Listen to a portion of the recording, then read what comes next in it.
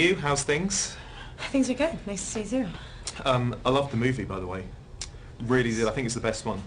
Awesome. Thanks. That's great. How are you with watching stuff back and kind of formulating your own opinion of your performance and the movie that you've just been in?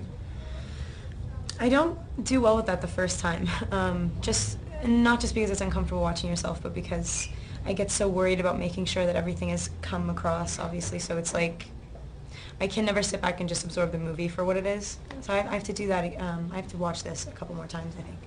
So it's starting to happen with the previous two, is it? You're now getting comfortable with watching those ones a couple of years later? I haven't seen them. Usually what happens is as soon as the movie's done, I watch it a couple times, like at that time, and then if it's like on TV or something, you'll watch like 2 seconds and I'll like run out of the room. But yeah, I don't really want. It's weird for me to watch them because it's you. Yay. And people are going to go and see this movie, and I'm just wondering if there are any scenes that you would like to point out to the people listening and watching who are going to go and watch the movie that you think you really enjoyed doing, or that you think are of particular interest, or you're especially proud of. Yeah, I mean, I was most excited about the Jacob Bella kiss, just because it's such a different thing for me to play. It doesn't really go along with anything in the series. It's like it is a random moment of like, what am I doing? So I mean, the way I've played her, it just doesn't go along with it. So it was gonna be. I wanted to like surprise myself, and it was what I thought. It was weird in the best way, and I like how it comes across in the movie. But yeah. So what were the preparations for that big moment? Because it is a massive moment in the Twilight Saga, isn't it? And presumably you'd spoken with David, the director, about it, and maybe even with the writers about it. I don't know. Yeah, I mean, it's sort of. I feel like it's important that it seems like it's not completely thought out, because it's not like there's this gradual. It's not like she slowly sees that he's good for her. It's something that starts off very manipulative, and it just takes actually kissing him to see that she's been sort of overlooking a lot, and that was what we talked about, all that stuff. I mean, just what the scene is. Yeah, I mean, it is a very heartfelt movie, and actually New Moon, I thought the number of times that I watched it, I kind of got the genuine romance out of it more and more the more times I watched it. But with this one, I think as well, the romance and the love is just so, it's not trying to be comedic, it's not trying to be silly, it's not being patronising, it's just genuine love between, well, 2 or 3 people, isn't it? Yeah, it's 3 now. Yeah. Yeah. And so it's actually quite a rare thing, you don't see that often in films, where it's just treated really... simply. Yeah. Yeah, it just is what it is. It's not like...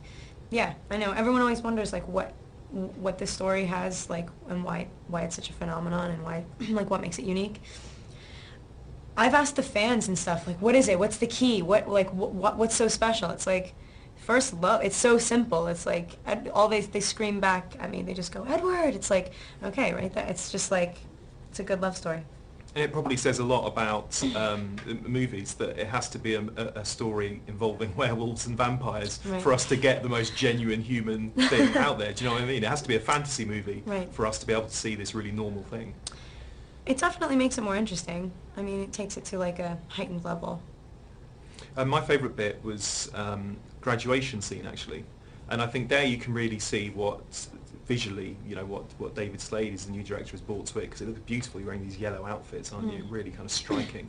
But also you're just reminded in that moment that actually Bella does have a normal teenage life, and she graduates and she went to high school. But then the flip side is all the massively intense stuff that's going on in her life. Yeah. Really reminds you of that in that scene, I think. Yeah, I love that aspect of that, because I mean, girls. Yeah, I'm a girl, so that's what I can like relate to. But just young people, and I mean, I feel like I've been there before. I mean, I feel like some crazy event is happening and everyone's really happy, and you're like, yeah, cool, but I can't really talk about like what's And it's cool that there's like this fantasy version of that. It's like, it's all. I mean, it's like you said, vampires and werewolves, but it's like, it's all very. It hits. It's real. Whatever.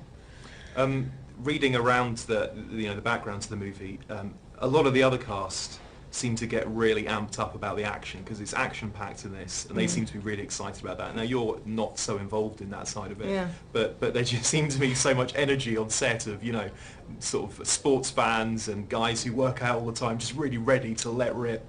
Yeah. It is really funny when they, like, try to pump up before it takes. You have to take them seriously as wolves and or, like, you know, people that turn into wolves in a second, and they're, like, hoorahing and punching each other's stomach and doing, like, quick push-ups on the ground. It's really funny. Yeah. How much was Stephanie involved on the set in Eclipse? More so than she has been so far, which was really nice. She has, like, a lot of details that occur to her, like, that, you know, everybody reads the book and pulls out little nuanced things, little things that they, you know, are really affected by, and that's what's important to them. And it's cool to have her on set to remind us of her little things, because we wouldn't know them otherwise, and it's nice to be able to satisfy that. And it's also, like, sort of like the ultimate validation if you go over and she's like, that was good. It's like, okay, cool, done. You know. Yeah. So we're halfway through the year now, and we've got Eclipse, and Britain is yet to have The Runaways actually, but I know it's done some stuff in the States already.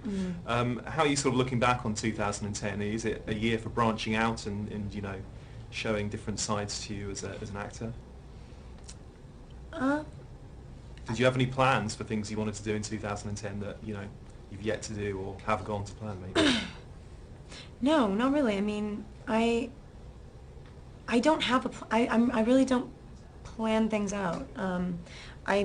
I find myself every single time I'm standing on a set, like for the first day, going like, okay, thank God this is going through. Because, like, whenever I read a script, it's like you don't know if things are going to come together, and I get a really particular feeling when I feel like I'm able to do a part, and it's not. It doesn't happen with everything, even if the part is, like, fits me or whatever. It's like it's something different. So 2010, I worked on three movies that I just have that feeling about, and yeah, that's what I take from it.